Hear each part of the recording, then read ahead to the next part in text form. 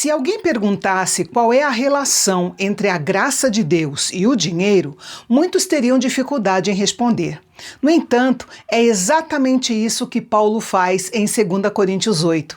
Em vez de pressionar os irmãos a contribuírem, ele mostra que a verdadeira generosidade nasce de um coração transformado pela graça.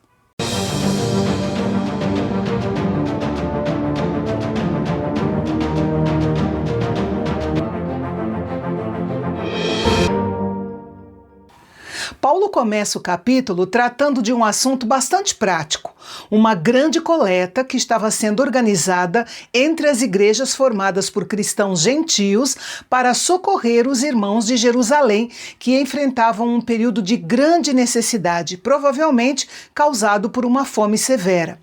Mas perceba que Paulo não faz um simples pedido de dinheiro. Antes de falar sobre ofertas, ele fala sobre a graça de Deus. Isso nos ensina que a verdadeira generosidade não nasce da pressão, mas de um coração transformado pela graça. Para incentivar os coríntios, que viviam em uma cidade rica e comercial, Paulo apresenta o exemplo das igrejas da Macedônia. A Macedônia, onde ficavam cidades como Filipos e Tessalônica, havia sido duramente afetada pelas guerras civis romanas. Além disso, suas minas de ouro e prata e parte das suas riquezas naturais haviam passado para o controle do Império Romano, deixando grande parte da população em extrema pobreza. Eram pessoas que enfrentavam muitas dificuldades financeiras. No entanto, preste atenção no que Paulo escreve. Também, irmãos, queremos que estejam informados a respeito da graça de Deus concedida às igrejas da Macedônia, porque no meio de muita prova de tribulação, a abundância da sua alegria e a sua profunda pobreza transbordaram em grande riqueza de generosidade. O que aprendemos aqui quebra toda a lógica humana.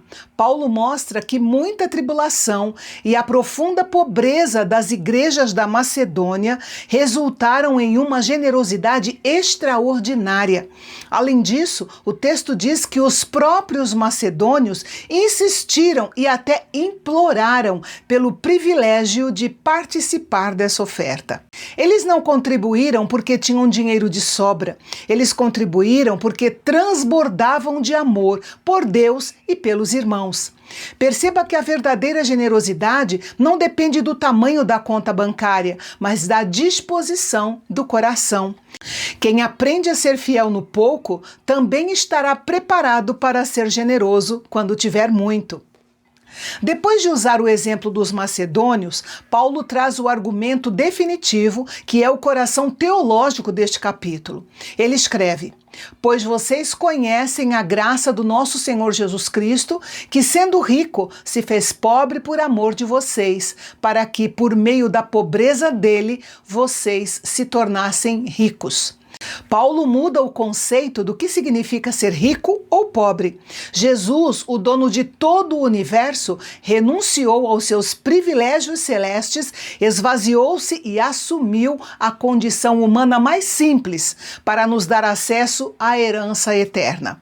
Para nós hoje, isso traz uma reflexão profunda sobre o consumismo e o acúmulo de bens. No reino de Deus, a riqueza não é medida pelo que nós retemos, mas pelo que estamos dispostos a entregar por amor aos outros. A nossa generosidade financeira nada mais é do que o reflexo da nossa gratidão pelo sacrifício de Jesus.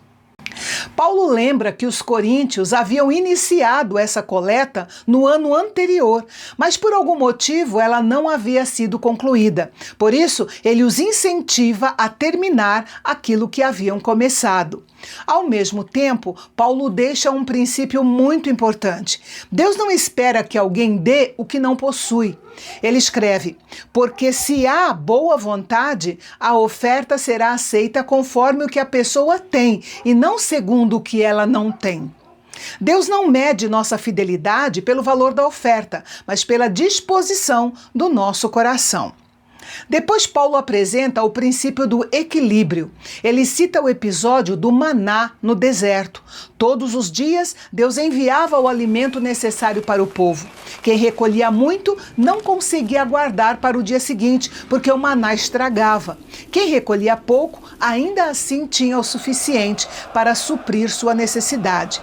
Paulo usa esse exemplo para ensinar que na família de Deus, aqueles que têm mais podem socorrer os que estão passando por dificuldades. O objetivo não é que alguns fiquem na pobreza para que outros vivam com conforto, mas que haja equilíbrio, de modo que as necessidades dos irmãos sejam supridas. Esse princípio continua atual. Deus nos abençoa não apenas para acumular, mas também para compartilhar. Quando repartimos com amor aquilo que Ele colocou em nossas mãos, demonstramos que entendemos que tudo o que possuímos vem do Senhor. Do versículo 16 em diante, Paulo nos dá um grande exemplo de responsabilidade e transparência. Ele explica que está enviando Tito e mais 2 irmãos de boa reputação para acompanhar a coleta e a entrega da oferta. Em seguida, faz questão de esclarecer o motivo. Queremos evitar que alguém nos critique por causa da administração dessa generosa oferta, pois nos preocupamos em fazer o que é correto, não apenas diante do Senhor, mas também diante das pessoas. Essa é uma das maiores lições práticas do capítulo. Paulo sabia que o uso do dinheiro na igreja poderia gerar desconfiança, críticas e até escândalos. Por isso, ele não administra a oferta sozinho. Ele compartilha essa responsabilidade com outros irmãos de confiança, garantindo que tudo fosse feito com honestidade e transparência. Isso nos ensina que uma boa administração protege não apenas os recursos da igreja, mas também o testemunho do Evangelho. A integridade deve ser evidente tanto diante de Deus quanto diante das pessoas. Por fim, aprendemos que contribuir para a obra de Deus e para o cuidado dos necessitados não deve ser visto como uma obrigação pesada, mas como um privilégio. Deus nos permite participar da sua obra usando os recursos que Ele mesmo colocou em nossas mãos para socorrer os necessitados e glorificar o seu nome. Quem experimenta o amor de Cristo entende que doar não é perder, mas investir naquilo que tem valor eterno. A generosidade é uma das maneiras mais práticas de demonstrar amor a Deus e ao próximo. Ao concluir 2 Coríntios 8, aprendemos que a generosidade cristã não nasce da obrigação, mas da graça de Deus. Quem compreende o amor de Cristo passa a enxergar seus recursos como instrumentos para servir ao Senhor e abençoar outras pessoas. Além disso, Paulo nos ensina que a contribuição deve ser voluntária, feita com sinceridade e administrada com honestidade e transparência. Quando usamos aquilo que Deus nos confiou para aliviar a necessidade do próximo e promover a obra do Evangelho, demonstramos na prática que nosso coração pertence mais ao Senhor do que às riquezas.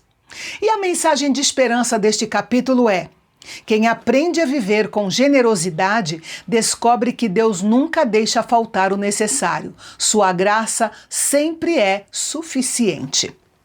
E amanhã continuaremos nossa caminhada em 2 Coríntios falando de generosidade.